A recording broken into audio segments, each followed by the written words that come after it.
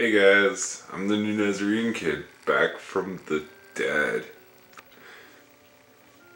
And I'm doing another game, not Final Fantasy Crystal Chronicles, but I'm going to do ahead and play the original not the original, Splatterhouse 2. Hold on.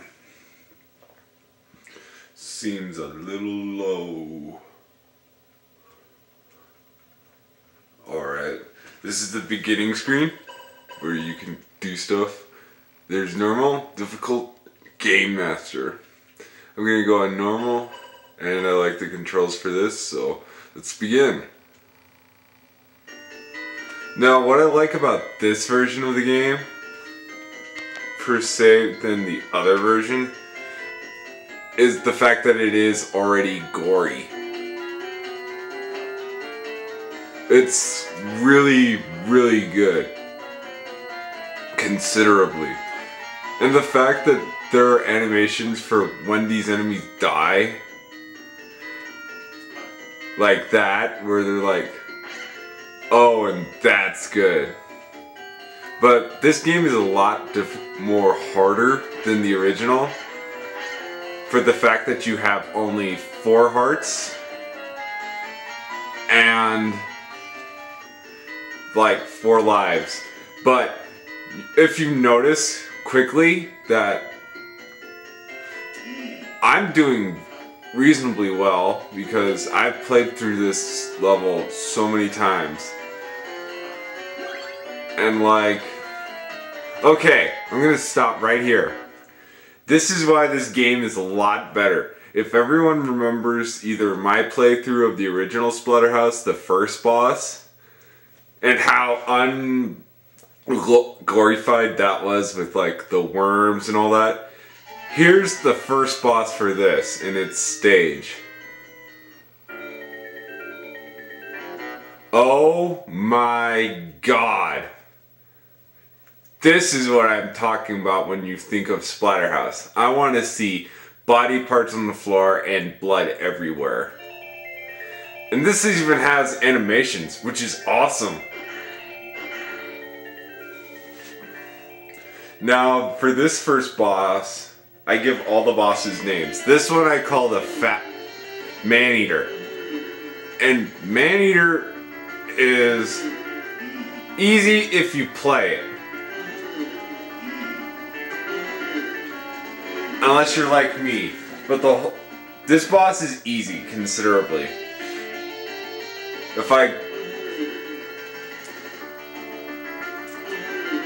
He's gonna throw up on you and run into you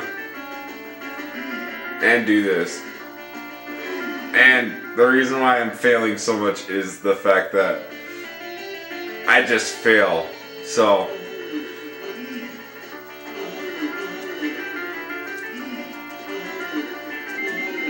now get away from him, because his stomach will explode and the acid will come out and he'll just turn into stuff. Now, this part is a little bit harder, but it is still pretty damn good. I'm swearing a lot because this game, even though it is harder than the original, it is still good.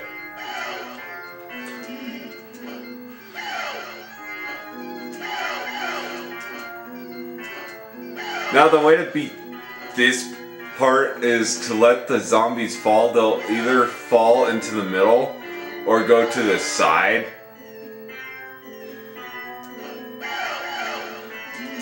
And if they fall into the middle, they'll just jump away. Whenever you see a zombie go to the middle, they're just gonna jump out. Okay, now here's the next part, which is pretty good. I mean, this game is, I could say, better or worse. But it's a lot better, and this is what I'm talking about when I want to see Splatterhouse. Like, the traditional Splatterhouse. Now for this part, these purple zombies will have long range. And I died. I feel bad. But these zombies here will have a long range. The best part to do is get down, duck, and wait for them to get close, and then hit them, and then punch them.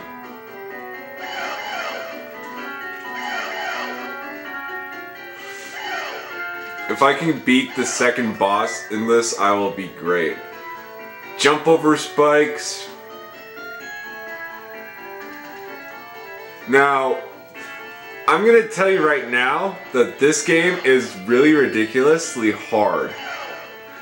Compared to the first game where like the first 2 levels where I could beat them. This game requires the best timing and stuff. So let's continue. As you can see, I picked up a bone and I'm giving the enemies the biggest bone they'll ever get. And I get hurt for that. Now this is an annoying enemy right here, because these guys don't die. They're just really annoying. And we're coming up to the second boss. And I'm probably gonna stop the video after the second boss. But pretty much this boss has a pattern that's really hard. Different, and for first time players it's difficult. But basically you have to kick him in the face, and jump over that, punch him in the face, and they'll change up. Yeah, they'll change it up so it'll never be in the same part. Now, this is probably one of my only gripes in the game, is the fact that you have to go through the cutscene again before everything.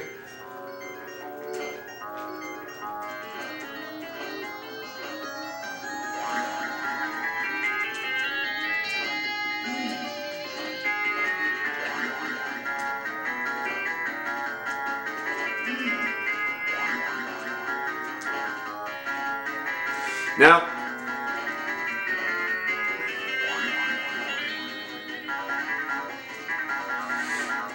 so yeah, he'll repeat his pattern after a while, and this is what happens when you beat him. Bam! His eyes die. Well, actually, I can probably go a little bit further into stage 3, which has my favorite boss of all time. And when I mean my favorite boss, it is probably just as good as Mr. Chainsaw Man. And people who've actually played this game know what boss this is. But anyway, this is exactly like the first part, except this brings in a new concept. Surprise zombie fish. The worst thing since prize fish, and the worst thing since zombies.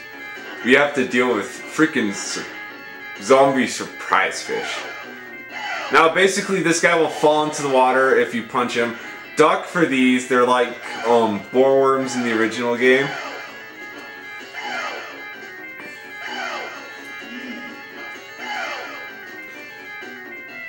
I'm surprised I haven't taken much damage, but whatever. I'm gonna take...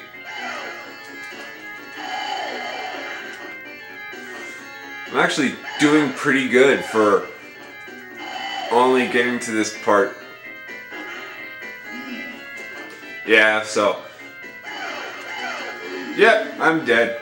Anyway, the good thing about this game is their infinite continues. So, next time, we'll go to stage 3 and hopefully get to stage 4. I'm the new Nazarene Kid. Good night.